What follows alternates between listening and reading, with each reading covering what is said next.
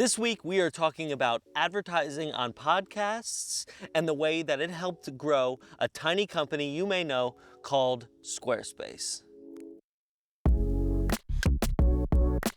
So back in the early days of podcasts, there was a tiny little website designing company called Squarespace.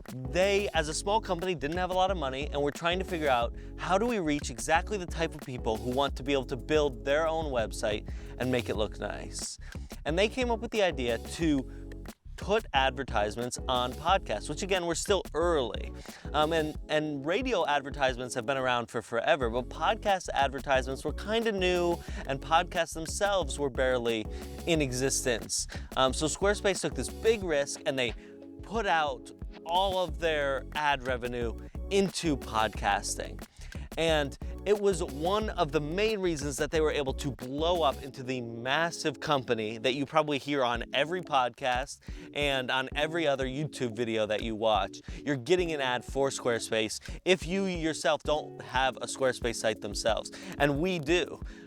So this method isn't just for small businesses, it's for huge businesses, but it has such a low-cost entry level and can allow you to reach people that you wouldn't specifically be able to reach through just your standard traditional ads. In similar ways as the micro-influencer, and we talked about that in a whole other episode, podcasts cater to a very specific niche.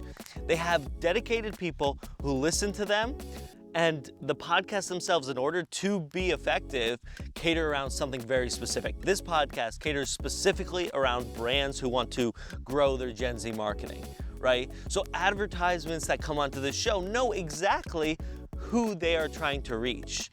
And that is one of the huge pluses, is you already have an audience developed. You don't have to figure out, oh, what is the age group or what is this demographic? You don't have to worry about that. They've already done all that work, and your ad is gonna go directly to those people. In that same tone, because it is an advertisement that is happening and being put on by someone that these listeners already trust, you're going to have a higher brand trust. In the same way you did with the micro-influencer, you're gonna have a higher buy-in, a higher conversion rate because you're reaching out to people who actually want to hear about this thing. The thing you're advertising is something these people care about. You're also gonna lose some of that ad fatigue that we see. I mean, how many times you get an ad on YouTube and you go, ugh, why did I get this ad? Or on TV, or on Hulu, or whatever platform you're watching something. Ads are just so annoying. But on podcasts, they're being put on by someone they trust, they care about, and someone who's saying, hey, this is something that is actually worth your time. So you're not gonna get ad fatigued. You almost don't get annoyed by people saying, hey, you should have a Squarespace site, because you know this is something they actually use. And that was so effective about their campaign, and what's so effective about using advertisements on podcasts and with micro-influencers. There are podcasts that I've listened to for years, and the podcasters still talk about ads even when they aren't sponsored. They'll say, oh, I just love my Squarespace site, or I built another Squarespace site last night, or I just got a Casper mattress again for my son. You know, whatever it is that you're advertising, this is gonna have a longer shelf life than a one-off Facebook ad or a one-off YouTube ad. You're actually going to be part of a community. It's a long-term relationship in the same way that micro-influencers are. The podcasts that you sponsor are going to have a longer relationship with you than you will with traditional advertisements. You're really able to have a much longer conversion for it. You're not just getting one-time conversion, you're getting a lifelong conversion.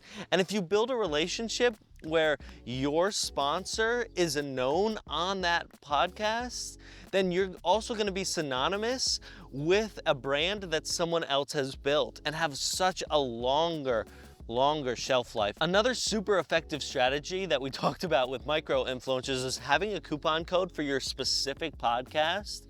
If it's a product or a way for people to tell you where they heard from you in a service-based industry, is that it's super measurable. So you can tell this podcast is the best place we could be, or this podcast is not getting us a return on investment like we want to be.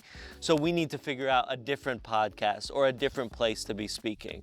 It's super measurable. You're able to look at those analytics and adjust just like everything else. So as you're working on developing an ad strategy, consider utilizing podcasts because they do have to work for you. They find the audience that you need to be talking to, and they give over some of the trust they've developed with Gen Z already for you to talk to them. Until next time, this has been New Gen Marketing.